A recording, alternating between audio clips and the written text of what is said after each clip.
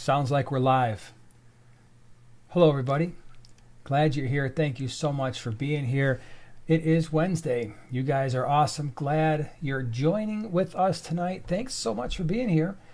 Tonight, what do we got going? Oh my gosh, it's my fault. That's all you. That's quite all right. My fault. We'll just talk amongst ourselves. Yeah, right. So, no, I don't even remember what I was going to say. Got all distracted. Oh, we're going to be talking about African cichlids tonight. And what did you say about 2 minutes ago? Well, what am I going to share? You're going to share your opinion on African cichlids. Are there any you like? Are there any you're like, nah? So we'll get into that in a few minutes. But Okay. you've got an opinion. And as someone who's not like an African cichlid Expert or newbie or really, someone who is loving African cichlids, I think your points are going to be pretty valid. Before we get into this thing, I wanted to thank Killer Kitty 08 because I saw right before the stream he gifted 5 memberships. So there are 5 people who are members for a month thanks to Killer Kitty 08. So thank you for that. That was That's really so cool. sweet. I like that kind of thing. I mean, I think it's just Yeah. pretty awesome that somebody is helping out other other viewers. I'm like, hey, try this out. Maybe you'll like it. Hope you do. Thanks for being here. I hope you enjoy the experience. So videos. Speaking of that, videos that have been happening or coming up on Sunday on Primetime Aquatics. I did discus versus angelfish. I've always wanted to do that. And for some reason we did like discus versus severums. I think I did angelfish versus something else. I'm like, all right, seriously, this is the natural thing. You've got discus, which are crazy colors. You've got your angelfish. Check it out if you want to see the battle. things to think about. Yeah. Your video today, I was saying, truth be told, I didn't get a chance to watch it yet because I was busy with school all day. But when I saw the title, I was like, oh, that was good. So what was your video on the small scape about today? How to recession-proof the aquarium hobby for you. Yeah, that's Okay. right. So, It's a long video. and it's about recessions. So that'll be an uplifting topic too. It is, and I had a fun time trying to finish it and upload it. It actually went out, instead of 9 a.m., it went out at noon. And Wow. I didn't tell you, but when I went to upload it, one of the many problems was it uploaded at 1 minute and 7 seconds, and I had to figure out why. Oh, because it highlighted on the thing, Yes. so you only uploaded a little. Oh, Yes. so I was frustrating. like, I don't understand. Yeah, I say that a lot. yeah. It's basically you like in the middle of the video going, blah, blah, blah, blah. Okay, thanks, goodbye. So anyway, it's a regular length video. Check it out on her channel, The Small Scape, if you want to see how to that's hard to say, recession-proof your hobby. Your aquarium Okay. hobby, yeah. Speaking of words, you know what word I still can't say? Cyclerly. What is that word? Remember the bike shop that used to be next to the Greenwater? Cyclery. Cyclerly. I literally cannot say that word. I never will be able to say that word, and it's very frustrating for me. I need to work on it, but the more I work on it, the worse it gets. Does anybody have a word they just simply cannot say it? It doesn't have to be a difficult word. It's just one of those words where no matter how hard you try, it never comes out right. And even if you have to say it, like it's coming up in some important conversation, as you're about to say the word, this is not going to happen. It's not going to come out correct. For me, that's cyclerly. There's usually one word per video that I can't get out. I'm just saying. So just like blah, and then just spell it out. Oh, Tyler says cinnamon. Cinnamon. Yeah, now we're all going to be like, man, none of us can speak anymore. We're over there just talking gibberish because now I can't say any of the words. Oh, Yeah. Killer Kitty 08. She says my husband can't say peculiar. Peculiar. See? Yeah. I'm glad that other people have the same sort of thing going on. And sometimes we struggle with certain words. So tomorrow, members video come out. I've got actually a little bit of breaking news, like a research article sort of thing that I saw today that I thought you would be interested in. It's fun. So that's Thursday. And then Sunday, I'm thinking about I Spy with my little eye, a product review of something I've been wanting to review for a little while. Yes. So that's and it's going to help you out tremendously as well in your land of fish tank areas. So yeah, that's the story for this week. Places we're going to be. For those of you, by the way, who like to go to the Greenwater Aquarius Society Swap, traditionally that has been on Sundays at Birdhaven in Joliet. Well, that facility is being renovated which means we can't use it for a while. So the facility has changed to Tinley Park. You'll have to go on greenwateraquariasociety.org, I think it is. But anyway, it's Saturday, the 19th of November. We're going to be there. I hope it's cool. We will have fish on the website about a few days before the swap, so you can pre-order fish and see what we got going on. And then there is a Greater Chicago Cichlid Association swap on the 4th of December. And so we're going to be at both of those. So that's kind of the story that we have going on for the next foreseeable future. Sweet. Of the next 4 weeks or so. African cichlids. Like them, hate them, love them, despise them? Oh, I love them. They're freshwater fish, so of course I'm going to love them. I just can't speak a whole lot about them. No? No, but you can give me like choices. Okay. Do you have multiple choice? Do you have a favorite, like just right off the top of your head, like, oh, I love these African cichlids? You'd need to give me multiple choice. Okay. So, for instance, all right, let's start here. I titled this live stream African cichlids because some people have kept them, some haven't, some have had good experiences, some have had bad experiences. And I just wanted to spend a few minutes talking about African cichlids and how cool they are. Ben says, Mbuna! Same with Tyler. I agree. I love them. We'll talk about what they are in a moment. But if you're a beginner, like if you're just getting into fish keeping and you're still figuring out ammonia, the nitrogen cycle and how to quarantine fish and how to make sure that community fish get along and making sure that, you know, maybe you're working with some plants and you're just kind of feeling pretty happy that your fish are alive and that your tank is maybe through the cycling phase and there's no algae, African cichlids might not be a great fish just to jump into right now. I would consider most African cichlids fish that you at least want to have a little bit of experience keeping community fish first, right? And the reason for that is for some African cichlids, they can be aggressive, but if you know how to manage it, it can still be a very enjoyable tank. And for other African cichlids, they get somewhat large, and so sometimes you need a larger tank, sometimes you need to overstock the tank, which means you're doing larger water changes, and if something goes wrong in that heavily stocked tank filled with fish that have a heavy bioload, it's not very forgiving. So you really do want to make sure you have some experience before you go dive right into the African cichlid land. So that being said, generally speaking, African cichlids, do you know what lakes they come from? Can you name any of the African cichlid lakes? Tanganyikan. Okay. Got any others? Lake Tanganyikan. Malawi. Lake Malawi. And there's one more. That's the hard one. Starts with the letter V. Victoria. Oh, see? She knows more about cichlids than I think she's letting on.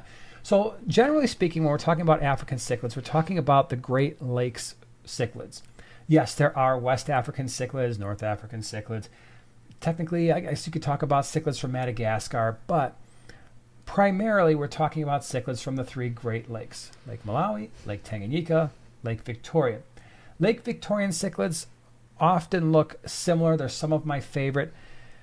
They kind of look like Mbuna. They're usually fairly small at around 4 inches. They are very brutish and hyper, and they can be very aggressive at times. However, what they often have in common is basically if you took a box of Skittles and chucked it at a fish and color splattered all over the side of the fish, those are the Lake Victorians. So we've got your species 44s, your tomato hap species 35s, your Pundamilia, just some really cool fish. I would say those fish are best left for people who've actually kept African cichlids before, because you do have to manage, again, the aggression side of things, and sometimes that can be a little bit challenging. The Lake Malawi, generally speaking, these are the most popular of the African cichlids, and there are two main types. You've got the Mbuna, and you've got the peacocks and the haps. We kind of clumped, at least I clumped those together. The Mbuna cichlids get a bad rap. Examples, like you ever seen yellow? You go to PetSmart, and they've got the mixed African cichlid tank. Often, most of those are Mbuna, like your red zebras, the yellow ones, the yellow labs, your ACI cichlid. What else do you have that would usually be? Sometimes they put Damasceni and Johanna in there, which are a little bit more rowdy. But these Mbuna cichlids are pretty cool. So if you watch the channel, we've highlighted the Mbuna cichlids before. And by the way, we got tons of videos on African cichlids from all the lakes: Lake Malawi, Lake Victoria, Lake Tanganyika. But our top 75 gallon is an Mbuna community tank. I'll have you know, it's pretty because it's just a big splash of crazy active color. And I also think it's one of the easier tanks that we have in terms of cichlids just to enjoy. Because if you get the right Mbuna cichlids, like your yellow labs, your rusty cichlids, your Pseudotropheus solosi, even the red zebras, if you just have like a male and a bunch of females in there mixed with all the other stuff I talked about, pretty easy to manage. So yes, they're assertive. Yes, they can be a little bit aggressive, but if you get a 75 gallon like we've got and we throw in 20 to 25 Mbuna cichlids, it actually works out pretty well. But again, there's that overstocking feature that you have with some of those cichlids, and if something goes wrong, a filter goes out, you could have a heck of a problem very, very quickly. So you have to be up on your water changes with them. You have to overstock them. And the other one are the peacock cichlids. Peacock cichlids are cool. We have a 125. That's, well, mostly peacock cichlids. I guess there's a lot of other stuff in there as well. There's like the dragon bloods, which are kind of hybrid, and so are our OBs. There's all kinds of peacock cichlids. They tend to be a little bit larger than the Mbuna. However, of all the cichlids I talk about, I think the peacock cichlid tank, if you're ever thinking about it, this would be one where you want to have some experience. Because if you do, personally, I think it works best in a 6-foot tank. I've done it in a 75. It worked out okay. But if you've got a 6-foot tank, that works out usually even better. So usually you're going to overstock your tank. Lots of people do male-only tanks for peacock cichlids because in theory it's supposed to cut down on aggression because the males aren't finding females, or they're not trying to guard breeding locations.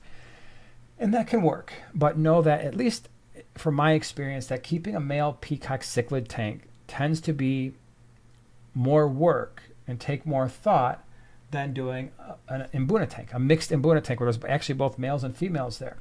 And part of that is, do you remember the 150? When it was first set up. Now that was a 4-foot 150, I'll grant you.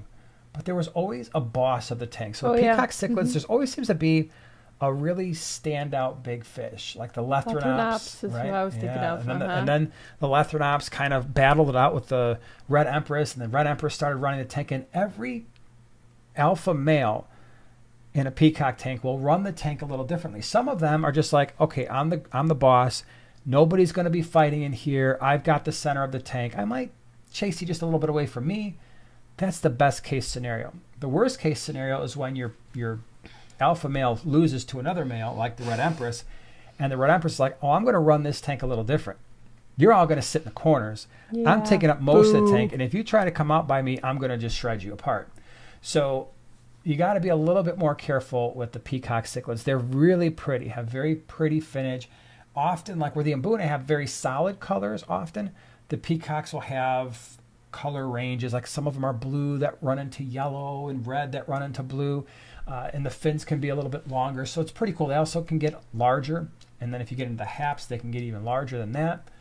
But if you're going to do African cichlids, Mbuna, I think, especially from Lake Malawi, the Mbuna might be easier than the peacocks. Now, do you have a favorite? Like if you had to pick one, Mbuna or peacocks? Mbuna. Because of their color? Mm-hmm. You like their solid colors more? Yeah, they're very, very vibrant colors, and I like the scapes for their simplicity. Basically a big old chunk of Texas Holy Rock, and it's a very simple, relaxing looking tank. Yeah. And the color just totally rivals saltwater. Be like saltwater, we got the Mbunas. That's right. And the Mbuna have more personality. Yeah, I said that. I said it right here. You heard it first.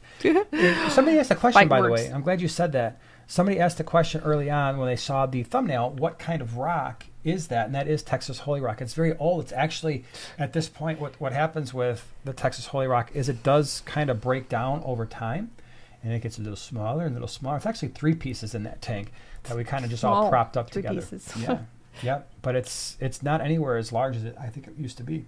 No, it's not. So last one. Lake Tanganyikan. I actually did this is one of the talks that I've given at... I missed it every single time. I know. Because I'm working. I don't know if that's like a thing. My boss does not give me time off from the booth. What ever. You should clone yourself like I did. At Aquashella, yeah. At Aquashella, I've actually done a talk on just kind of an introduction to Lake Tanganyikan cichlids. I think of all the lakes, is it fair to say, would you all say it's fair to say that the Lake Tanganyikan cichlids are the most diverse in terms of their body shape and size from Lake Tanganyika? I think that would be somewhat fair to say, because the Lake Tanganyikans, you've got the little shell dwellers like the Maltese and the Cichlids and the Ocellatus. We've done tons of videos on shell dwellers before. So you've got those little tiny things that basically just need a 20-gallon. You can go as large, common, as the Frontosa, which can get well over a foot. Get a group of those, you're looking at least an 8, maybe 10-foot tank if you want to get a nice size group. And they get tall and they get wide and their mouths are huge. And then you've got everything in between. You've got your feather fins, you've got things like Cyprichromis, your rock dwellers like Julidochromis ornatus. I just did a YouTube short about the Julidochromis ornatus. Was that yesterday, I think? Little yellow and black fish. You got nice colors, orange, so all the rock dwellers stay small and skinny. The cool thing about the Lake Tanganyikans is, like I said, the shell dwellers and most of the rock dwellers, 20-gallon long. And you can start keeping a little group of them. And if you want to go a little bit larger with like your feather fins, your Cyprichromis, a 55-gallon works out pretty well, maybe a 75. So I know Lucas asked that question. What are the smallest for what are considered nano fish in the cichlid world? In the African cichlid world, it would definitely be the shell dwellers, because they're going to be, the males are going to max out about 1.25 inches maybe for a lot of them. Certainly the Maltese, Neolampologus multifasciatus, and the Similis, they're going to stay very small. The Ocellatus, Meleagris, they get a little bit larger, maybe 1.5 inches for some of the males, but they're small. Definitely smaller than a lot of the dwarf cichlids from South and Central America, like your Epistos. They're going to stay smaller than your Epistos and even your rams, and they're not as tall either. And you get the great personality, where like with the shell dwellers, they're moving sand and burying shells and burying each other's shells, and little tiny babies poke their heads out of the shells, which is pretty cool. So you get all of that. Great piles of rocks. Great piles of rocks. Goodness gracious, great piles of rocks. Well, the caudopunks are really cool. Caudopunctatus, right, with those yellow tails. They kind of look like shell dwellers, but they're rock dwellers. They're about that big. Pretty cool. And they're definitely not that big. You know what Amisa said? What? My boy Jason said it right here. It's your boy Jason coming to you live. Talking about African cichlids. If you don't get that joke, it's an ongoing thing. Yeah. One day I accidentally said, "This is your boy Jason right here, and your girl Joanna coming to you live." Yeah. We're going to embrace it. One day we're going to dress like somebody who should be saying that. No. I'll put a hat on. Yeah. I don't know why that just came to my thing. I won't be here that day. I'll just put a hat on, and that will make it all normal, right? In theory. I think so. Molly's been a member for 3 months. Wow. And she says, "Happy Water Change Wednesday." Well, thank you for being a member the last 3 months. Appreciate it. It's a great ring to it. I hope you're having a great time changing water this Wednesday. Eli's down there right now, finishing up some stuff from his Saturday side. A little behind, and but he's down there fixing things up, doing the stuff that needs to be done. So yeah, that's just a little bit, little tiny intros. Just get you thinking about African cichlids. If you've got questions about them or anything else, we're gonna answer the questions. Now here's something this is not gonna go well for some people. Medcow74 says, "Let's go Phillies." Ooh. World Series. All right. For those of you who are in Texas, full disclosure, we went to Rangers games when we were down at Aquashella. We went to a Rangers game. Very cool, brand new facility. Loved it. We saw the Houston Astros. Loved that as well. Yeah, very nice. But this World Series, I am rooting for the Phillies, only because the Astros have been in the World Series a couple times recently. I think they've won a World Series. I haven't been keeping up with the World Series results a lot lately, but I think it's time for the Phillies to make a comeback and maybe win one for themselves. Trivia. Why would I root for the Phillies instead of the Astros? I'm assuming it's the red, white, and blue in their uniforms. Ding, ding, ding. We have a winner. Yeah. I love me some red, white, and blue. Yeah. So, yeah, I'll say, and again, I'm not like a Phillies fan necessarily, but I am leaning towards wanting the Phillies to win. But don't worry. Don't get offended, Astros fans. I'm not like strongly anti-Astros or anything. No. If there is such a thing. No. Like I said, went to their park. And what was funny is we went to the Rangers in Arlington, and it was the Rangers against the White Sox, and I was rooting for the White Sox because Chicago, right? That's my favorite team. But then a few days later, we went to go see the Astros play, and guess what? The Astros were playing the Rangers, and that was really weird. So we saw the Rangers twice. We did. It was crazy. Fish fan 20 gallon long, thank you so much for the super chat. Oh. Daryl says hi.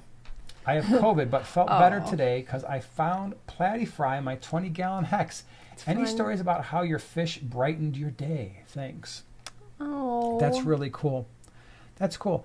Yes, I would say, and especially lately, I don't know what it is, but when I go downstairs in the morning, so I feed the fish in the morning. Eli tends to feed them at night.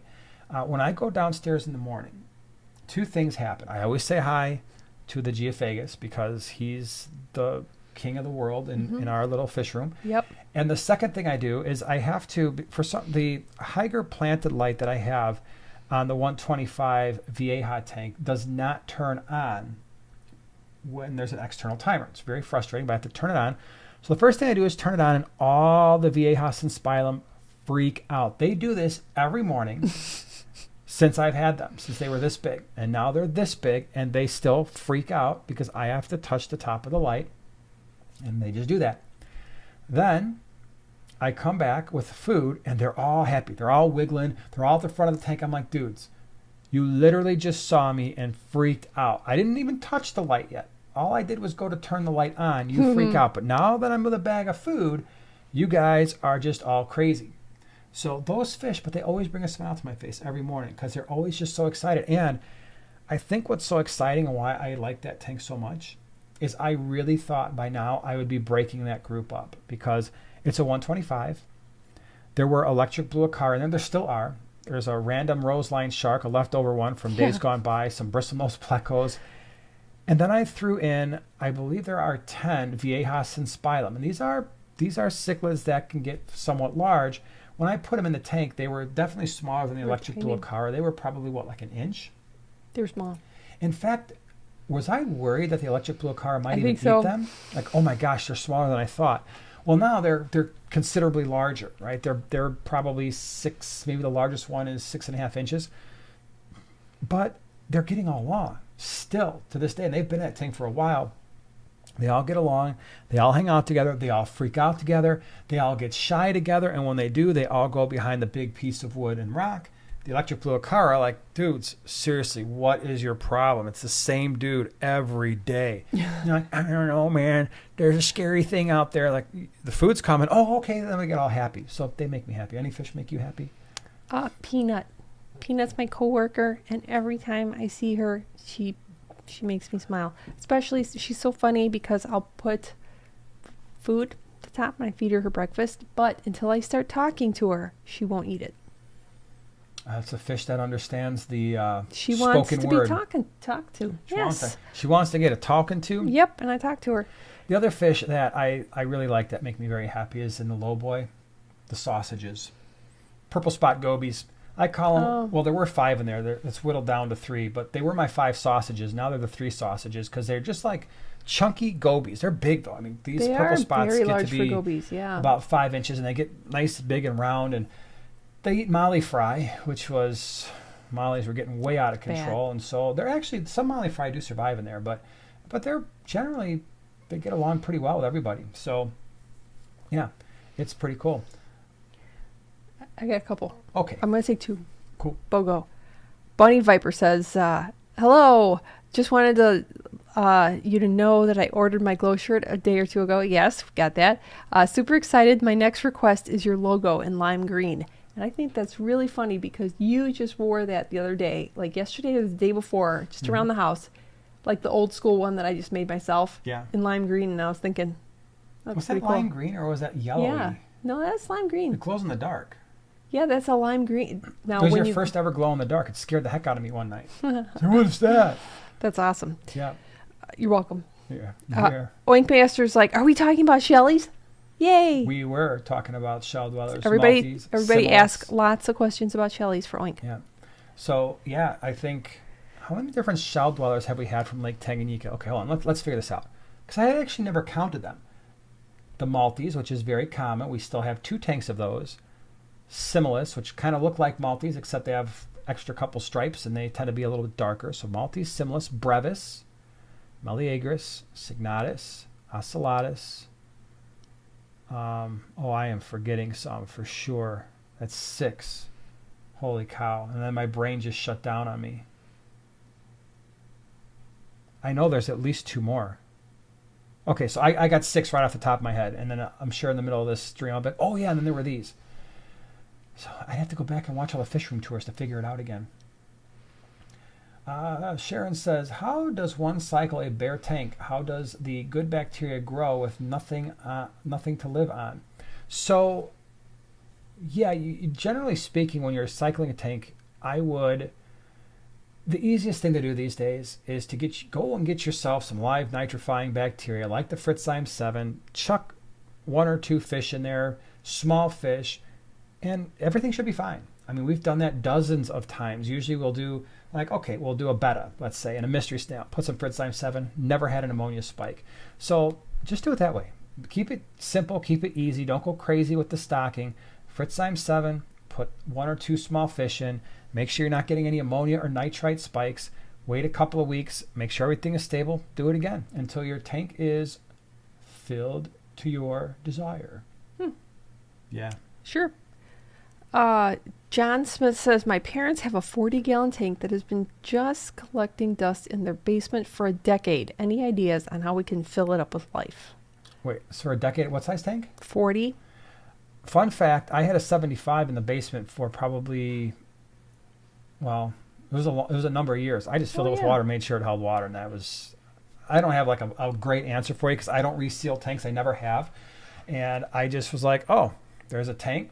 Let's put water in. I think I did it in the garage first, maybe it was in the basement because at that time the basement we had just finished it, but it was tile and it was close to a floor drain. I'm like, if this thing leaks, it's just going right into the floor drain. Who cares? So that's kind of how I roll with it. All right, but what about stocking ideas? Stocking for a 40. Well, what are we interested in here?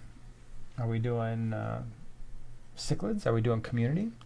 What would I do? What would you do? Yeah. Well, no, you go first. What would I do with a 40-gallon breeder if it was brand spanking new? Well, I've been really into the smaller nano community stuff. I think this one over here has kind of rubbed off on me a little bit. And I'm fairly certain if I had a 40 breeder, I would do some type of really awesome Cory cat, like the Adolphi Cory or the Venezuelan Cory or the orange lasers, and do like 6 or 8 of those. That's my ground crew. I would probably have a couple of bristlenose plecos, but I would do something really cool, like maybe long fin super reds or long fin blue eye albino type, at least albino color, at least 2 or 3 of those. So that's kind of got my algae. That's got my bottom crew. I think I would do marble hatchet fish at the top. I'd want to do like 8 of those because I haven't done those. I keep talking about them and I haven't done them in years and years and years. So at some point I'm going to. I think that would be cool. Or if not the marble hatchet fish, what about some half beaks?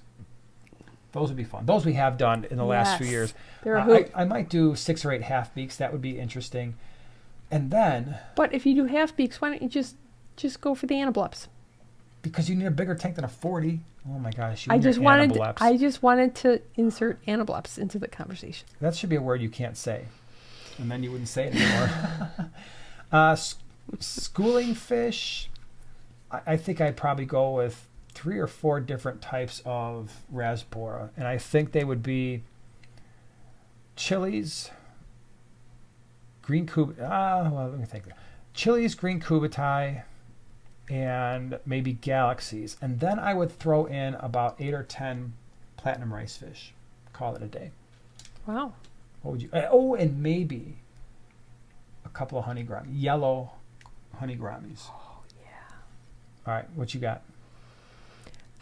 First I would consider the aquascape that I would do, and I think that I would do sloped up towards the back, kind of like a treescape, where you have double, like rows of trees, kind of looking like you're looking into a forest. And then it would be really heavily planted with lots of yummy anubias and other whatnot. And I would do multiple schools, but I would definitely have to have Cories. I'm not sure which schooling fish I would do, but it would have lots of color. So I wouldn't doubt that I'd put like tons of embers in there. That would be totally awesome. Maybe just like embers and some honey gouramis. That'd be cool. But then they'd all be orange. No, yellow honey Oh, gouramis. the yellows. Okay. And all right. orange. So you're copying off of me. She copied off of me. No, it's one of my favorite combos. That would be pretty cool to see it in a 40. And actually, the reason why I think we're both stuck on that combo is we have a quarantine tank that has become just kind of a catch-all for like, oh, we've got just a few of these fish. But at one point, the quarantine tank had maybe 100, 150 ember tetras. It also had 3 or 4 gold honey gouramis and like 8 or 10 platinum rice fish. That combination was ridiculously stunning. And it was, there was just some wasser tang in there. And it was like, it's just a quarantine tank. Now most of the fish have moved out into the swamps. We still have the gold honeys. We still have the platinum rice fish and a few of the embers. It's still crazy awesome. Rachel, thank you so much for the super chat. At Joanna, that's you. I bought a beautiful Anubias Stardust. It is gorgeous. And every time I look at it, I think of sharing with you. Aw, it's so sweet. That's awesome. Anubias really cool. Love. Yeah. Stardust, how exciting. Yep, that's cool. Stacy says, I love my glow-in-the-dark shirt I got from Aqua Show. Good. That's cool. Me too. It's one of my Does favorites. It still freak you out when you look at it? Oh my gosh. It scares me every once in a while. I'm like, ugh. Yeah. Noelle says, my new happy fish behavior. My 20 new chili rasboras frantically all packed themselves in a cute, tight little 1-inch area on top of the right corner of my tank to be fed each time. Mine do the same thing. Oh. All right, so the last swap, we got a 10-gallon. And because it's just a swap, it's just a quarantine tank. It's not a permanent solution. It's not like, oh, I'm going to keep them there forever. But there was a couple hundred of the chili rasboras in a 10, but they're really small. But they get so used to the feeding spot, they're all just sitting there. And I'm like, dudes, I'm not feeding. I'm actually going in here with a net to catch you. They didn't even move. They're just like, all right. And I'm just scooping them out. They're just like, is it still time to eat? I'm like, no, you're going to a new home that's going to be bigger and it's going to be planted and it's going to have all kinds of fun stuff. Yeah, they're so crazy. That's crazy. And then the other behavior that I think is really fun to watch, right here behind Joanna's head, we have the dwarf rasbor, which kind of looks like a chili. It just doesn't get quite as reddish purpley. But these are great fish. And they love water flow. We have them downstairs in a 5-gallon flu ball, Spec 5. And at first, I'm like, oh, we should probably turn that flow down a little bit. They're just like, hey, this is the flow. Let's get in it. And they just sit in there the whole time. I'm like, you they guys can go are anywhere wackos. else in the tank, but they are always surfing. Yeah, they're all like, man. And then I just turned the flow up on this one, and they're just kind of all over the place. But that 5-gallon, it's time. We're going to go against the current. I don't know what's up with Little those cuties. fish. I mean, granted, they have small brains, right? So there's that. There is that. Jasmine says, that should be a shirt, Anubias Love. You had was that a shirt or a button? No, it was a shirt. I love Anubias, and, Yeah, and yeah. I had pins and magnets, but yeah, I always threatened to do a shirt, and it's coming. I have multiple You didn't designs. do the shirt? No, I didn't. So we have buttons and magnets of I Love Anubias, but not the shirt. Tragic, I know. Wow. It's in that's queue. crazy. I have so Okay. many ideas. It's in queue. At some point, you'll see it. At some point. We'll just see about that. Sharon says, okay, I ordered some live nitrify stuff, but still having trouble wrapping my head around how the cycle stays after water changes. Hope I'm not being dense. No, of course not. That's a good question. It's not something a lot of people think about. So the microbes adhere to the surfaces of the tank. So they're going to adhere to the glass. They're going to adhere to fake or real plants. They're going to adhere to substrate or the bottom of the tank. If there's no substrate, they're definitely going to be in the filter media, whether it's filter floss or sponges or a sponge filter or inside of a canister filter. So they're not going to be in the water column. In fact, that's a mistake that a lot of people make is they think that if they set up a new tank, as long as they transfer water from an old tank to a new tank, that's going to be sufficient to prevent an ammonia spike. And it's usually not, because there isn't a lot of motile bacteria in the water column. There's no motile bacteria in the water column that's going to do nitrifying stuff. So what you'd really want to do is use filter media from an old tank to a new one. But in your case with the live nitrifying bacteria, you are basically just going to add that in. It's going to get caught up in the filter media. And those microbes will attach and they'll start doing their thing. Rachel really wants a shirt. Rachel really wants a shirt. Yeah, I love Anubias. Well, we might have to think about that one. We'll have to consider that one. Moose says, my friend Joe is your biggest fan. Can you speak on cobalt blue gobies? Well, Ooh, first of all, that's pretty. pretty awesome. Unfortunately, Moose and Joe, I don't know if I've kept cobalt blue gobies. Now, I've kept the Stiphodon gobies, which are the little bitty guys that are skinny, and they come in all kinds of different color varieties. I've kept a couple, three of those, but I don't know the common names of those. Those are easy to keep. They're basically happy-go-lucky. They stay on the ground. You're going to need to feed them food that's going to sink. Some of them sometimes are a little bit reclusive, and they hide a little bit shy, but I found them to be very peaceful. If we're talking about the Stiphodon gobies, yeah, they're pretty laid back. Get them in a group. They're goofy. It's fun. Do you think that, from Rocky and Miles, do you think that 10 gallons too small for white clouds? No. I don't either. I do not think that. We have a small little group back here in an 8.3. Yeah, this 8.3, this one here has had white clouds in it forever. They do fine. They do well. And we've got another one in an 8-gallon downstairs, a group of them with a betta that have been down there for ages and ages, and they do well. So 10-gallon will work fine. Do you want a movie quote? I do want a movie quote. Probably won't get it, though, because I'm really not that good at movie quotes sometimes. Yeah, you're good at giving them. You just don't. I'm good at giving them, yeah. All right. Fish fan 20 gallon long. What movie? I hit him over the head with a frying pan and stuck him in the trunk so he wouldn't get hurt.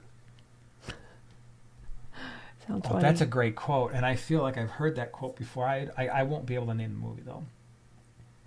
But, anyone? Yeah, someone else has got to speak up. Don't give I always out try the name of the movie. Someone's got to have that one. Guess like either the era or the actor who I think it would be saying it. Yeah.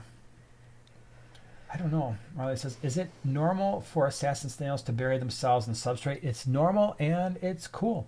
So we have assassin snails in a number of our tanks, sand tanks, and yep, they go right in the substrate. They'll come out, especially like if there's any bloodworms there or sinking food or anything like that, they will definitely come out. So lights go on, they often burrow when the lights go off. They, in some ways, they're almost like Malaysian trumpet snails in that way. But you'll see them out once in a while. But with the lights on, they like to burrow. Like bleh, bleh. They like to burrow. Blah. Sandra says, "Who framed Roger Rabbit?" Could that be it? That's probably what I've heard. I've seen that movie before, but it's been many many years. Many moons. Oh, here we go. It's on. Are you ready? Yeah. I'm tactical. White sand or black sand? Normally, I would say black sand, top fin black sand, but I've been doing a lot of scapes with like white sand. I do like Carib Sea moonlight sand. But is that really white, or is it just a lighter color? Oh no, that's my favorite white sand. Okay. Is it like salt colored white? I think it's a little bit off from that, but it's beautiful. So, I love it. Yeah, I'm a big fan of black substrate in general, whether it's black gravel, black sand. Most community fish I found, not all, but most of the ones that we've kept look better with dark substrate, dark background, just because it kind of brings out their color. Most Mbuna cichlids probably show better on a darker black substrate with a black background. But there are fish that will muddy up a little bit, and they'll be like, oh man, this kind of looks a little bit brown, and a good example of that was our green severum. If you look at a green severum on a dark substrate with a dark background like we had, it looked almost black. It actually didn't show hardly any green at all, but then I would go to other people's fish rooms where they had green severums on either tan or even white sand, and it was a lot more green. It would show some of the stripes. So the other thing too is if you're keeping like Geophagus, I go dark all the time. It's just the way it has to be for me. Camden asks, this is a great question. Can one fish that's being aggressive cause other tank mates to be more aggressive? It can certainly cause them to be, yes, it can cause them to be more skittish, if not aggressive and more fearful. So I have seen that. I have seen, and I'm sure some of you have experienced this too, especially with cichlids, where you've got something good going on, right? And all of a sudden you add, I'll give you a really good example. In the 150 I was talking about earlier, that used to be the 4-foot 150 used to be a cichlid tank. I had the Lethrinops, the Red Empress, I had a Species 44, a Pseudotropius acei. I had just a bunch of different cichlids in there. And they all got along relatively well. Until one day I went to the pet store and I found this absolutely phenomenal OB cichlid, OB peacock. Had to have it, brought it home. Eventually it wound up in that 150. It was a small fish. I mean, the Lethrinops was a full-on 7-inch fish. The Red Empress was probably about 6.5 or 7 inches. All the other fish were well established, large. This little OB at the size of 2.5 inches, I could tell we might have a problem because it would swim around the tank like it owned the tank. It wasn't afraid of any of the other fish. It didn't pick on anybody, but then it grew to about 4 inches and it rained down terror on that tank, and fish that never fought were now fighting. It was fighting everything it could fight, and other fish were starting to fight, so I removed it, and eventually everything returned back to normal. It was one of the few fish I ever just got rid of, brought it back to the pet store. I'm like, I don't want this thing. At that time, I didn't have 80 tanks. Now I would find a place for it, but at that time, I think we maybe only had like 8 or 10 tanks, and only that one was a cichlid tank at the time. No kidding. Yeah. MNC Aquatics wants to know, didn't you have the Calypterus Shelleys at one time? Thank you. Yes, I did. That was in the 33. That's why I like you guys. Yes, I had the Calypterus, which is a really cool shell dweller where the males are much, much larger than the females. The males can't even fit in the shells, but the females can. Really weird fish. The males, the dominant male would get this really cool blue face. Then he'd go around the entire 33 long, steal every shell in the tank, pile them up, steal every female, and then he was like, oh, this is mine. And all the other males were like, well, this sucks. I've got like a place in the rock over here. They weren't super violent with one another, but he took everything. Yeah, thank you for that. That was another shell dweller I kept. Joe says, what's the average lifespan of the seals on a tank? I don't know what the average is, but I've never resealed a tank, and my oldest one is a 75-gallon, all-glass tank. It even still has like the wood trim. It's the one where the albino heckelei are in. My uncle bought that tank in the 80s. I think it was the 80s. Maybe the early 90s. Needed to get rid of it. Sold it to me in the late 90s. He had never resealed it. I've had that tank ever since. Never resealed it. It needs to be. Some point it's going to put water on the floor, I'm pretty sure. But I have every tank that you see in our fish room, I've never resealed one of them. So I don't know what the average is. I think, and I don't know, in terms of is a 10-gallon gonna, because it's a thinner glass, is it gonna go sooner or faster than a 40-gallon? I just know I haven't resealed any of mine yet. At some point I'll have to learn how to do that because I've never done it before. I saw a question, and it was about German blue ram. Oh, here we go. Yeah. I was just looking at it, yeah. What is your opinion on keeping German blue rams? I really want to get some. Well, they're pretty. That's actually it was one of your first favorite fish, I remember. But you were upset because they didn't really do well for us. I find there's different types of rams. You got the whole German blue ram varieties, and then you've got the Bolivian rams. For us, the Bolivian rams worked out very well because they could deal with our water that's a pH of around 8 and a water hardness of 10 degrees for our GH and KH. They did great. They did great at a temperature of 77 to 78.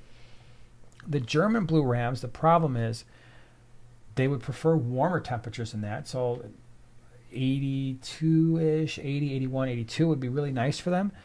They definitely don't appreciate the pH being around an 8. They'd like to go 7 or maybe lower. They definitely don't really appreciate our water hardness of 10 degrees. Ideally, they'd like to be in the mid to low single digits. So we don't keep them for those reasons. But if you've got water parameters that are closer to what I just mentioned, closer to neutral on the softer side, they're really pretty fish, really pretty. Just got to keep the temperatures up on those. Ooh, that's a good question. Kill says, hold on. Yeah. Clicks. Sorry. I can't see. What tetra would you put with electric blue acara? 4 of them. And Bolivian rams, there's 3 of them in a 40 breeder. What tetra would I put with those fish? Something that's not going to get eaten by our electric blue acara when they're full grown, which would mean I would stay away from anything neon-sized or smaller.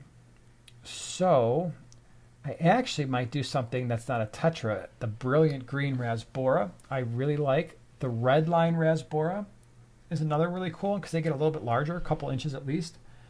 Tetras. What would I do? What would you do? Another one I would consider, again, it's not a tetra, I'm sorry. Snakeskin barb. Love those. They're beautiful. Snakeskin barbs are really cool. Let's see, but if you're looking for a tetra, I guess you could do some type of either white skirt, black skirt tetra, phantom. The black phantom tetra would be really cool. So maybe something like that. Serpe tetra would be pretty cool as well. Yeah, all of those. That's what I would do. Congo tetras would be nice. Ooh, yes, Congo or 3G Colombian. said, yeah. Good. Yeah, I love Congo tetras. Definitely. Pretty. Like both of those. Do you like the electric blue Jack Dempsey? If so, any tips? I like the way it looks. I've tried to keep them numerous times. The issue is, for me personally, in our area, I'm not saying this is like this for everybody, I have never gotten an electric blue Jack Dempsey to grow past about 3 inches. What winds up happening is they get all gnarly. They start to die, their gill plates are jacked up, their spines get bent, they get these weird growths. So I think what's happening with the electric blue Jack Dempsey is the way that they are bred just leads to all kinds of genetic mutation that results in fish that don't last nearly as long, aren't nearly as hardy. My experience is the electric blue Jack Dempseys get sick a lot easier than other fish, so I will not keep them anymore. Now, that being said, I know there are people like, oh yeah, I've got a 6-inch electric blue Jack Dempsey and it's fine, but for us, at least in our area, I don't know if maybe it's just people and how they breed them around here. I will never put those fish in my fish room again because they're just disappointing for me. Sorry to hear that. Yeah, it's a sad story. Second Floor Aquatics said diamond tetra. Oh yeah, that'd be a good one. Diamond tetras are very cool. They're beautiful too. Like it. Jay says, I had a tank with 4 black angelfish. Aggression was normal. I added 4 big silver angels. Problem solved. By the way, my oldest tank still running is almost 40 years old. That's really cool. Now, did you have to reseal it? Did you have to reseal that tank yet? But heck 40, yeah. wow. Like that. That's awesome. Let's see here. Rocky and Miles, thank you for the super chat. Have you ever kept stone catfish? Any special advice? I just got a few, and they are so small and cute. Stone cats, are those? All right, so no, I don't think so. Again, sometimes the common names are a lot, but are the stone cats the ones that are? I thought maybe when I did, can you look it up real fast? Because I thought when I did Tim's fish room tour, he had a stone cat. It was really awesome. It was fairly big. The cat that he had, though, was big. I mean, it was a big fish. It just stood behind a rock. Can I see that? Let me see here. It just stood behind a rock, sat behind a rock, and ate fish. But I don't know if it looked like. Didn't we just see those somewhere? Stone cats? I thought we did. Maybe you're talking about wood cats? No, I don't think it was. It wasn't this fish. It's not the one. No, so I haven't kept this fish before. Looks cool. Just. Yeah, see, I would imagine with the mouth that size, it might be somewhat predatory, so you just have to be careful with small fish in the tank. So, yeah. Country says, I love my Serpe tetras. They're cool fish. Definitely cool. Wow, they stay pretty small. 1.5 inches? Then that's definitely... No, then I have not kept those fish, because the one that I was talking about was huge. I have not kept the stone cat. Joe says, red phantom tetras would look cool with electric blue cars. Definitely agree there. Do I have any blue acara? I've had lots of them in the past. Right now in the 125, I believe there are 3. At times I've had big, giant groups of them. I've had them in multiple tanks. I've bred them. I love electric blue acara. None of those problems exist with the electric blue acara that I described. So with the electric blue Jack Dempsey, where I said it was a disaster, electric blue acara, everyone I've ever had has lived a long, healthy, happy life in our water. They've bred for us. They eat well. Very rarely have I ever seen them get like all jacked up or anything like that, because it's just a completely different fish. The breeding is different. They breed true. The electric Jack Dempseys, electric blue Jack Dempseys don't. You have to have the fish that carry the electric blue gene and then try to mate them. And then the other problem is when they do that, you don't get all electric blue Jack Dempseys, and you get others that are undesirable because not many people want just Jack Dempseys that look like standards. So, yeah. Yumi says, do you ship fish? No, we don't ship fish. So we sell fish, but only through the GCCA and green water swaps. So we don't ship fish, just not something we have. We both have full-time jobs, so that'd be rough trying to add that to the already very busy schedule. Yeah, and it would make me nervous. Yep. Whip says, I got nothing. No movie quote, no pizza, Whip. just hi. Well, you know what? Sometimes Hello. you can have a night like that. Sorry you don't have any pizza, Whip. Yeah. That one guy, is a 55-gallon good? How many African is too many? All right, so if we're talking about a 55-gallon, 55 gallons are fine. I would not put peacock cichlids in a 55-gallon unless they're small, like the Eureka Red. I did that before. Worked out fine. I had a breeding group in there, a male and like 4 or 5 females. Nothing larger than that usually, unless it's just a breeding group. If you got a male and like 3 or 4 females, you want to do that. A 55 usually works just fine. But if you're looking for more of a community feel and you want to do Lake Malawi, we've got a 55-gallon with Pseudotrophia solosi, rusty cichlids, and one random white knight Ali, and some Synodontis cats. It's worked out fine for a long time. They all get along. They're not very, very super aggressive in Mbuna cichlids anyway. Certainly in a 55, you could consider yellow labs in that combination as well. You've got your Lake Tanganyikan fish for a 55-gallon, so you could do shell dwellers at the bottom. You could do rock dwellers off to one side. You've got your Calvis, more your predatory-looking fish. They stay pretty small. Cyprichromis in the upper waters. You're not going to get any fry survival with that combo, but certainly something that could work. Wow, John, thank you so much. No question this time. Just wanted to say thanks for being the guru for us beginners and all the help you provide. Well, thank you so much. I don't know if I'm a guru or not, but I appreciate the super chat. I'm glad you're here. You're a weirdo.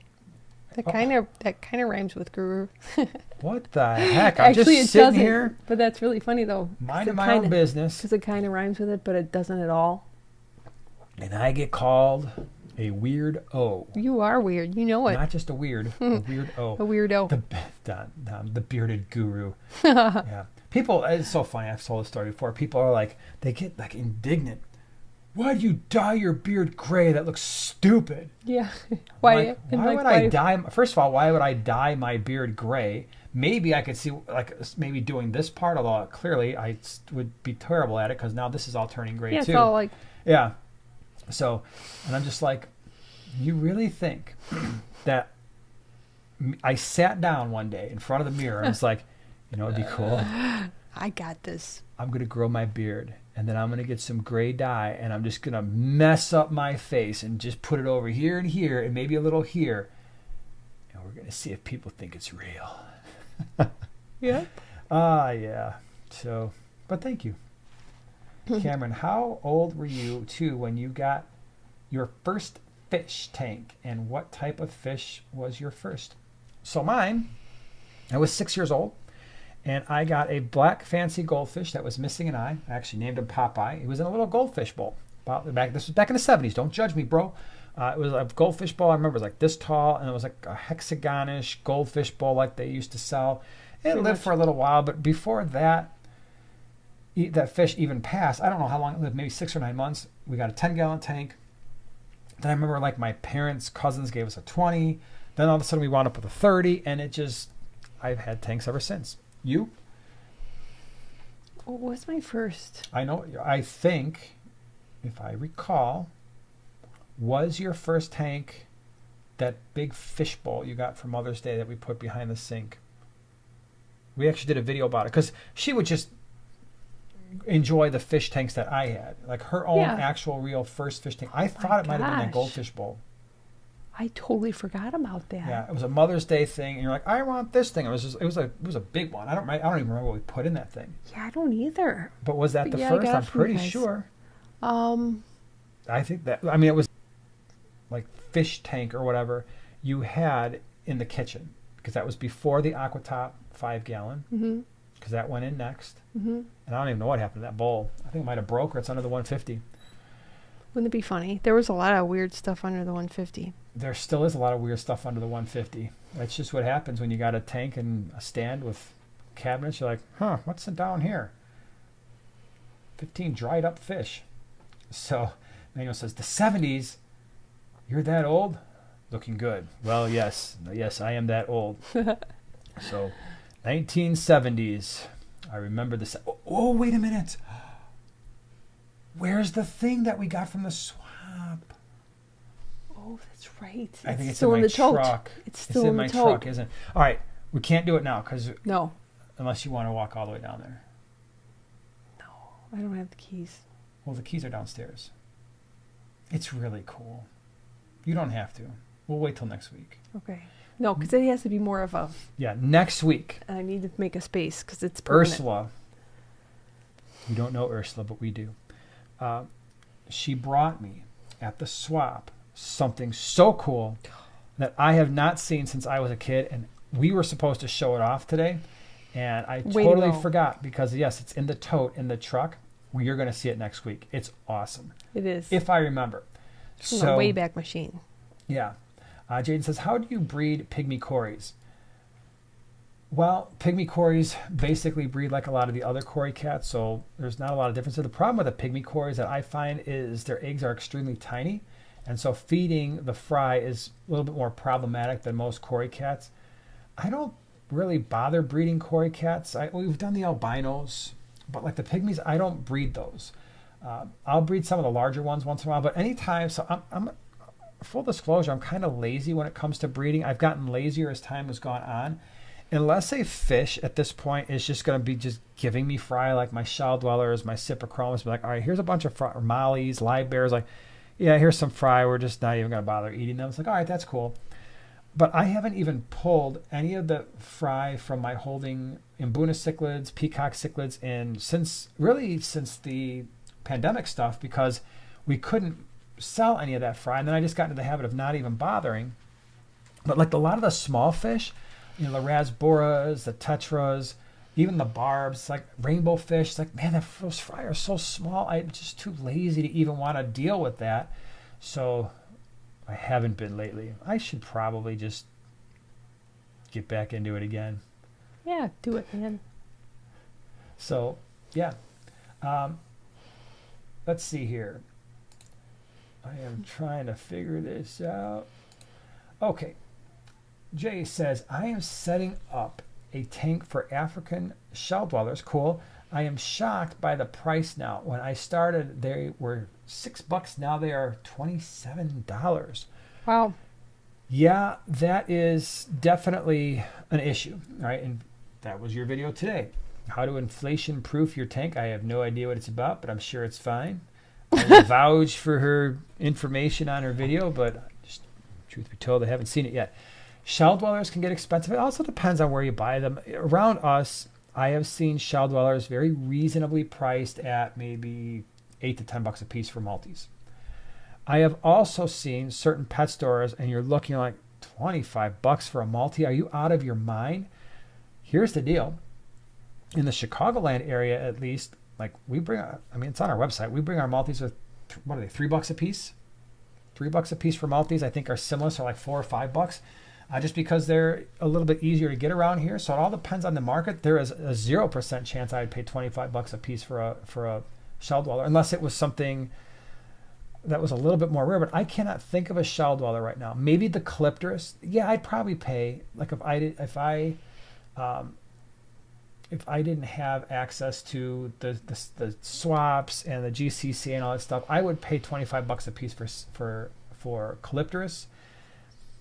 Maybe if there was some really pretty gold ocellatus, no way am I paying that for the Maltese or the Similis or Brevis or Signatus. I'm just not doing that. That's not happening.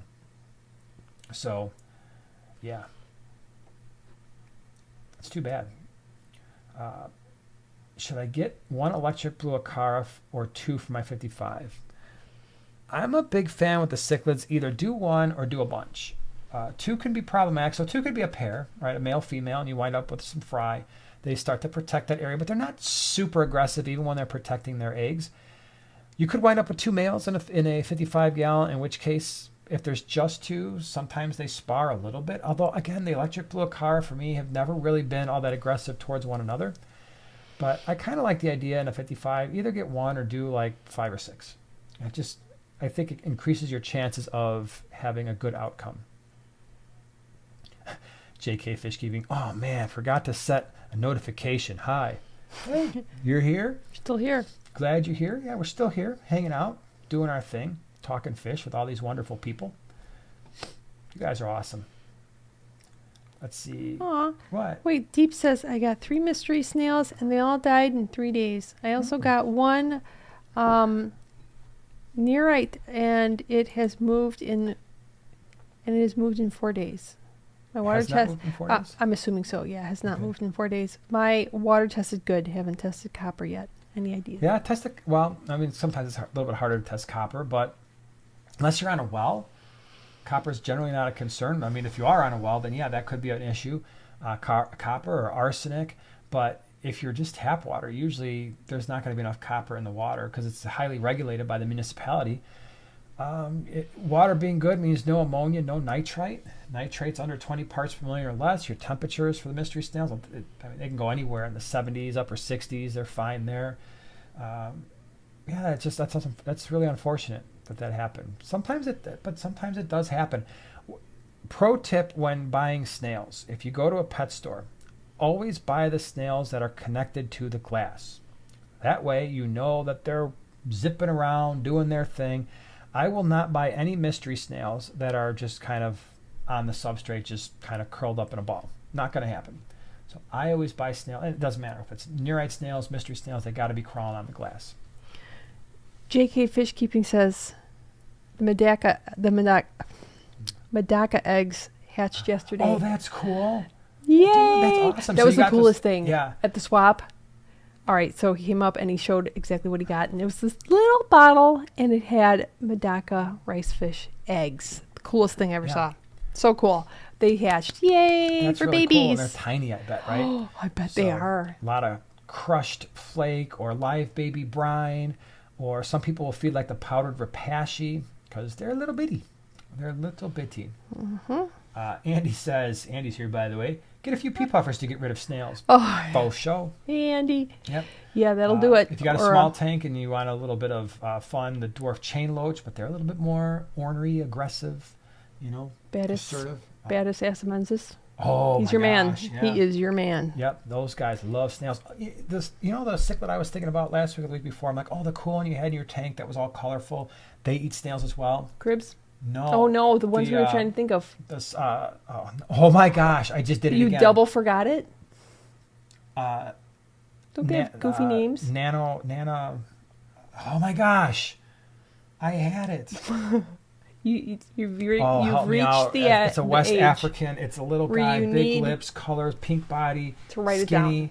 hangs out the bottom. Nano. Holy cow! I did it again. Y'all have to help me out. Don't let me fizzle like that. Wow, I had it in my brain. I'm like, oh yeah, I gotta tell everybody. And here we are, double forgetting. Here we are, no answers to the mystery. Nano. Those guys were stinkers. Whatever they were, they were. Nanochromis. Oh, Nanochromis. Splendens. yes. I think That's that's what the it part was. that I remember. Oh, okay. Yeah. Whew. You know what? You all didn't believe me that I was born in the 70s. That was proof.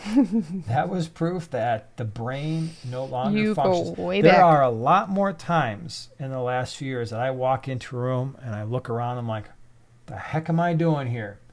Or I'll get up to the office and I'll sit down and be like, why am I here? Why did I sit here? What am I supposed to be doing? Yeah. It happens. It happens to all of us. What the heck is Whip trying to say? All right, are you ready?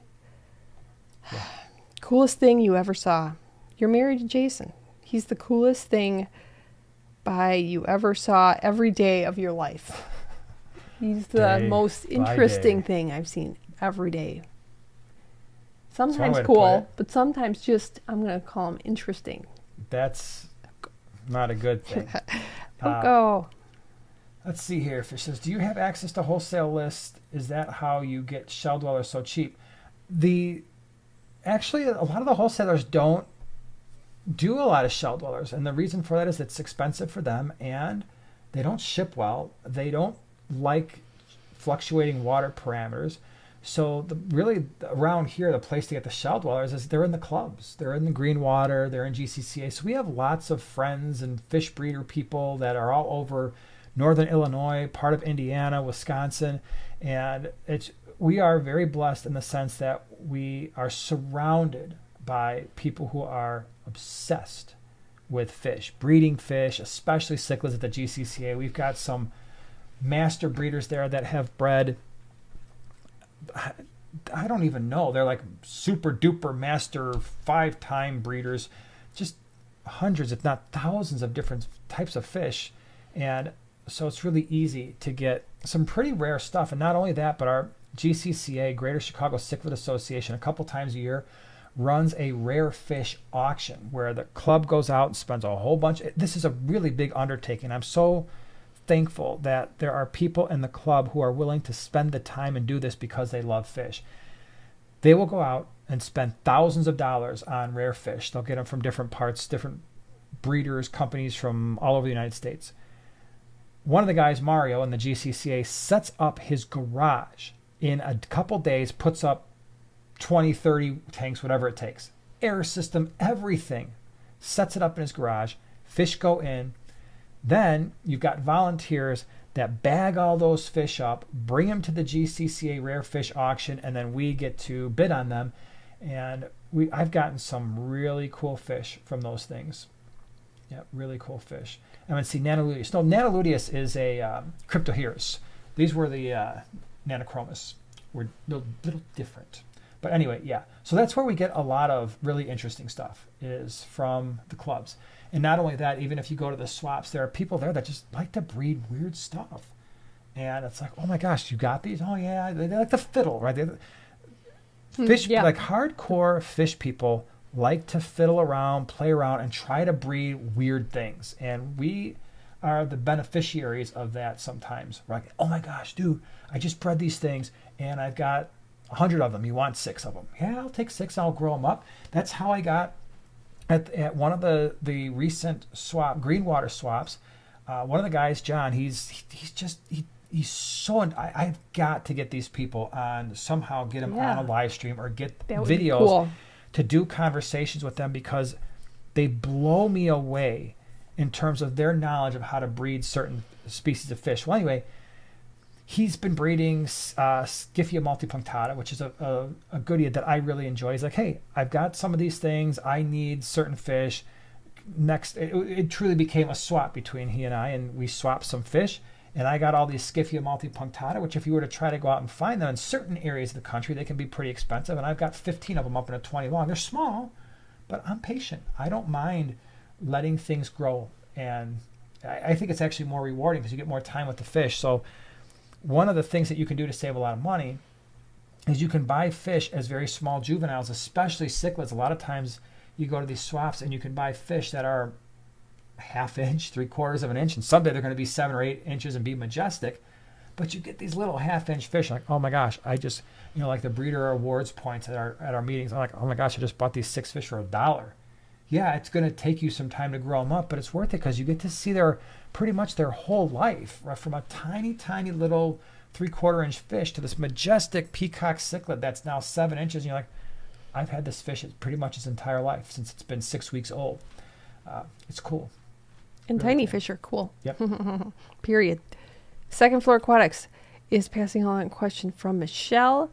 What's the smallest hospital tank I can use for treating 2 neon tetra? They have fuzzy white spot, not ick, on mouth and tip of tail. You can go 1 gallon, ½ gallon. If it's just a hospital tank, save yourself that. Just make sure that whatever you're putting in there in terms of. So if you go small, the nice thing is you can do water change. You don't have to worry about ammonia spikes because you can basically just full water change that thing if you've got something small. If you've got like a cycled sponge filter, you want to do like a 1 gallon. That's for 2 neon tetras in a hospital tank. Keep the volume small because that way you're not adding a ton of meds into that tank. So if you think you're gonna have a hard time managing water parameters, then go 2.5 gallon. But I would have no problems just busting out one of these little tiny 1 gallon things, filling it with water, cycled media, treat. API Melifix didn't work. What would you suggest for what? For the white spots? External white spots. So I've got 3 go-tos right now that I've been using when we bring in fish. One is Maricin Oxy that I like quite a bit because you can just add it and it breaks down so you don't have to do a bunch of water changes. That often solves a lot of my issues. If it doesn't, then I switch to the Maricin 1 and 2 combo, and that has yet to fail me. So it has been, those 3 meds have been very, very good for us. So the Maricin Oxy, definitely the Maricin 1 and 2 are fantastic for those external, the white stuff that's going on. For sure. Hip Scott says, do you have any rare kinds of shrimp? Wish. Well, we have some sulawase back here, a couple different kinds that Andy Reen hooked us up with. Again, one of those things. They're where elusive, swap. though. They are elusive. They very rarely ever come out, but they are crazy cool, and they're not very popular. So the sulawase shrimp They will be. are awesome. Other than that, it's all neocaridina because I don't want to mess with water parameters for the caridina. I've done that before, and I just don't feel like it. So, yeah. What are the African cichlids you would recommend for a 20-gallon? So Who's for someone that's for smaller tanks, for someone used to community tanks? So for someone used to community tanks, 20-gallon long or standard? Just 20 20 gallon. gallon. I guess doesn't matter. So African cichlids, shell dwellers. Definitely you can do shell dwellers. I would stay with Neolampologus multifasciatus, otherwise known as the multi, or the Neolampologus similis. Just call them similis. So the multis or the similis look very similar. If I'm doing multis, I keep them on a lighter substrate. If I'm doing the similis darker, I've done species profiles on both so you can see them. They've also very well filmed in all of our fish room tours, the last fish room tour that we've done, if you want to get an idea of what that looks like. So those 2 are great in a 20. The other thing that you could do, and stuff we've shown in the fish room in our last fish room tour, I love the rock dwellers, especially in a 20 gallon. So things like the Julidochromis ornatus, transcriptus, both of those are really cool. In fact, I think I told the story last week. We had a group. We brought in a group of Julidochromis transcriptus. They're rock dwellers. They're about this big. They like this checkerboard pattern, really cool fish. They weren't very large when we brought them in. I mean, maybe a couple inches. Well, they were for the swap, so we brought them in, put them in a 20 gallon for quarantine. Looked great. Took them out, brought them to the swaps. A week later, I put clown loaches in there. Maybe 2 weeks later, because I had some clown loaches that I was going to quarantine. All of a sudden, I'm looking at them like, what the heck is in there? There are 30 little tiny Julidochromis transcriptus. These little fish that I brought in had babies in the rocks. We pulled them all out, and then the babies just managed to hatch. So that was kind of cool. But the rock dwellers are awesome. Lelupi, really pretty orange. Check those out. Very nice. I don't necessarily... Oh, and the caudopunks. Caudopunctatus. We have those in a 20 breeding. Those are all great options. I don't think I would keep them together, maybe. Well, maybe I would. If I just did like, I'm going to do a Lelupi, a Transcriptus, an Ornatus, Calvis. Right? In a 20? In a 20, for sure. Yeah. I like Calvis. They have just an interesting look. Yeah. Pistachio says, I'm going out of town tomorrow to Chicago. Woo woo. Won't be back until Sunday. Will my fish be okay without food for 3 days? Yeah. Most fish are for 3 days. Goldfish get a little rough because their tummies are kind of small. Cichlids, the only thing you have to worry about for 3 days. Sometimes they get a little angry at one another if they're too hungry. But we have left our entire fish room unfed for that amount of time and zero issues. Oh, this is a good question. Jane says, what is super common but really small cichlid? Shell dwellers, Maltese similis, 2 of the smallest cichlids you will find in terms of, and they're really common. So sometimes not cheap, but they're very common.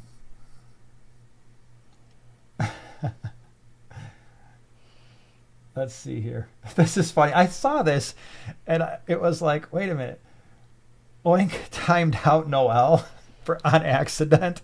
And I was like, so I saw the great off thing. I'm like, what happened here? Why did Oink time out Noel? She didn't do it. She did it on accident. Oink's like, you know what? Going rogue, man. Oink, we love you. You're on timeout. You're on timeout. That's right. If Oink's I were just like, doing you that. know what? Yeah, I'm just going to time this person out because I want to. That's funny. She's awesome. Don't worry, Noelle. Oink didn't mean it, and you're going to come back because she was just pressing a button. Consider it a practical joke. That's right. You've been Hey, Dave, pranked. Dave, time out, Oink. Do it, man. Like, Oink, you, oh, yeah? All of a sudden, we got, like, timed out gang wars going on. Yeah. Yeah. Like, oh, my gosh, there's nobody chatting. Why? Things have really gone south here. That's too funny. Pistachio. I'd use sand. Okay. You know what? When it comes to substrate, I think sand is probably the most versatile thing you can do because I'm not aware off the top of my head of any fish where it's like you can't keep them with sand. I know some people say some fish you can't, but I don't know any fish where it's like, oh no, you can't do sand. But there are fish that you generally would not. Gravel's not ideal. Like I'm thinking of all the geophagus, right? Gravel's not ideal. If it's some of the sharper edged gravel, maybe some of the bottom dwellers like your loaches and cory cats get a little scraped up, but not so much with the sand. So, Deeps, thank you so much for the super chat. Didn't come with a question. Just keep an eye on it and see fork over a question. Pops up. Yeah. Appreciate it. Thanks for being here. Dave, do I need to give you a timeout? Uh-oh. Yeah. That's funny. It's going to be the all over the place. It's going to be the timeout joke. Yeah. Michelle says, help changing windows in Minnesota in winter. How do I keep my tanks safe? Oh boy. So Minnesota, that's a little chilly. Minnesota, eh? So you're trying to make sure that your tanks are not going to get cold. Obviously, your heaters, just keep an eye on the heaters. You could also put blankets over the tanks if you want to do that. I know people do that, or even what is that like that foil not tin foil, but the insulated thermal wrap stuff, right? You know what I'm saying? It's almost like the stuff you'd find inside of a cooler. It's like the silver stuff. You could put that depending on the size of the tank. Oh yeah. You know, actually. The other thing too with maintaining temperature that a lot of people overlook is make sure that your tanks are covered. The more your tanks are covered, and the less heat is going to escape. And the less water is going to evaporate. It's going to trap a lot more energy. So that can certainly help. Heat a blanket. You got to be a little bit careful just with the heat a blanket because it's going to be around electricity and water. But I mean, I suppose so is everything else. But just make sure you got functioning heaters and keep an eye on the temps. Could you keep the actual, only if you had nano tanks? I was thinking put the entire tank in a styrofoam box. Yeah, if it was nano, maybe. True. I think you missed the super chat. I did. Hold on. Let me scroll way the heck up here. This thing was jumping on me. IDMR. Thanks for the super chat. I did miss it. I'm sorry. Way to go. I can't seem to keep clown loaches. I try to keep the temperature warmer, but I can never keep them from getting that loach disease. Any tips? So we keep a lot of clown loaches. We bring a lot of clown loaches in. I think just like a couple weeks ago, we probably had a couple hundred in the fish room. Small, not big ones, but maybe an inch and a half, 2 inches. And we have our main 150 that's got 5 large clown loaches that have been around for a very, very long time. We don't really do a whole lot of special things to them. I will say that those first couple of weeks are tough. They are definitely tough because there's a tendency for them to get sick. And I don't know if that's just, hey, we are, traveling because the clown loaches often are coming from overseas. So they're making that stop at the wholesaler, from wholesaler pet store to you. And all that kind of stresses them out. So they are more prone to ick. They are more prone to disease. That's one where I really keep a close eye on them. And the minute I see something going wrong, I'm either hitting them with the Ick X, if it's ick, or the Maricin 1 and 2. And I'm doing it right away. And it's just, that the clown loaches are going to be a little bit more susceptible to disease, and so that it's something you plan for. That's also the reason why definitely have a quarantine tank, because you don't want to put clown loaches into an existing tank and then have to treat that entire tank filled with what were previously healthy fish, and now they're subjected to meds for no reason. So if you're getting your clown loaches and they're a couple 2.5 inches, 10-gallon quarantine tank is plenty. Throw them in there, cycle filter media, sponge filter, hang on back, whatever. I don't keep the temps abnormally warm either. So somewhere in the 77 to 80 range. So I don't think they're crazy warm. At least I never do, never have. But just keep a close eye. The minute you see something going wrong, start treating. Don't wait. Don't delay. Matthew Does Stuff is stopping by here. Couldn't tune in due to multiple big tests coming up tomorrow. Everybody wish him luck. Oh my gosh, good luck with Go your get big 'em. tests. Go get them. Yeah. Oh, Just knock it out and of the park. some other news. Fistachio says, I finally got my wall fixed, or is getting a wall fixed from the guy that drove through my building. Remember? Yes. Oh my The guy's gosh. ending up going to jail for it. Wow. So I'm assuming that maybe there was some extra issues going on there with the driving through the wall. That was like not just accidentally stepped on the accelerator or had my car in drive instead of reverse, because usually you don't go to jail for that. But hey, glad it's all working out. Glad everything's getting fixed. Let's see here. Alyssa says, can you recommend an automatic fish feeder? Thanks for the help. The only one I've used is the Eheim, and that was a good fish feeder. So it's the Eheim one. I don't think they're super cheap, and I don't remember the brand or the model, unfortunately, because I think they sell a couple different types. So, but the Eheim ones are pretty good, and I think they did a pretty decent job of dispensing consistently, which is important. I'll do a couple more questions, and then I think we're going to call it an evening, because, it's getting late. All right, let me see. Hold on, I saw something, and I was going to scroll on. Oh, Rocky and Miles says, my dad measured all my tanks and customized wall insulation to cover my tanks in case of power outage. Oh, good idea. They are 4 pieces, 1 for each side, and attached with Velcro. He's an engineer, so brilliant design. Yeah, wow, That's there's a nice tip for idea. you. Yeah, that's great actually idea. pretty cool.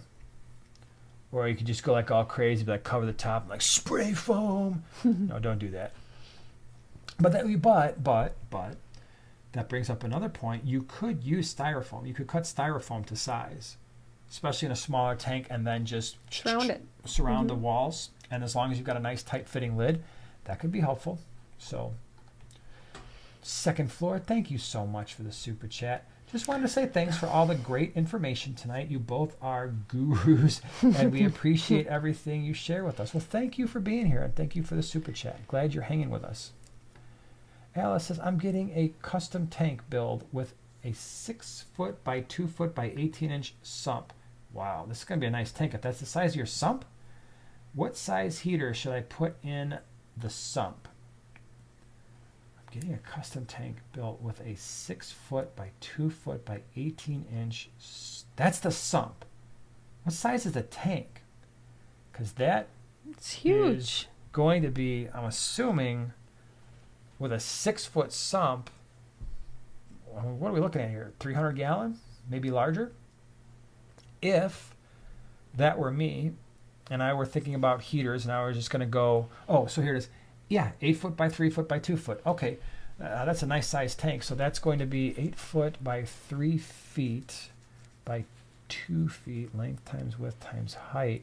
My gosh, you're looking, that's a nice size tank. What is that? That's got to be 350 at least. Somewhere around there, right? I don't think I'm too far off. So, heaters. I'd probably run at least a couple. It depends on where it is in the house. Like, is your house naturally warmer? Or are you like, I like to run my winter temperatures at like 66 or 68, which is totally normal, not like us right now. It's kicking at 77. So, I might try like a trio of 300 watt heaters. But here's what I would do if I did that. I would hook them all up to an external thermostat. And I would let the thermostat turn them all on and all off at the same time. Because the problem is what a lot of people like to do is they like to run multiple heaters, especially once you get to like a 4 foot tank. Some people are like, all right, I'm going to run 2 smaller heaters. Great idea. And then they try to set them simultaneously at exactly the right same temperature, and there's always one. There's always an overachiever heater that's like, nope, it's just a little too cool, and it pops on, but the other one is still off. And so what winds up happening is you got one heater that runs a lot more often than the other one does. To solve that, especially with such a large tank and a sump, all of them, a couple 300 waters, external thermostat, let the thermostat turn them all on and all off at your desired temperature. What would be the minimum tank size for 2 shell dwellers? Depends on your long-term. Well, it depends on the shell dweller. If it were Maltese and Similis, you possibly could get away with a 10-gallon. If they start breeding and having a bunch of fry, you're going to have to move them out. It's kind of a pain. 20-gallon is always safe. I mean, just about any shell dweller, 20 gallons is a safe bet. All right, everybody. I think it is time to call this wonderful night and evening. We're going to call the evening a night. And we're going to be back next week. We're going to be answering questions. We might have another cool topic. Really appreciate you being here. Thanks to Oink and Dave and everybody else that was here holding down the fort. Who else was here back in the early times? I thought I saw a bunch of people here. Killer Kitty 08 was here. Thank you for all the super chats and super stickers and all the cool things and all the great questions. So plan next week. If you got questions between now and then, write them down. We will hopefully be able to answer them for you. Usually can't get to them all, but we try to get to as many as we possibly can. So thanks for being here, and we will see you next week.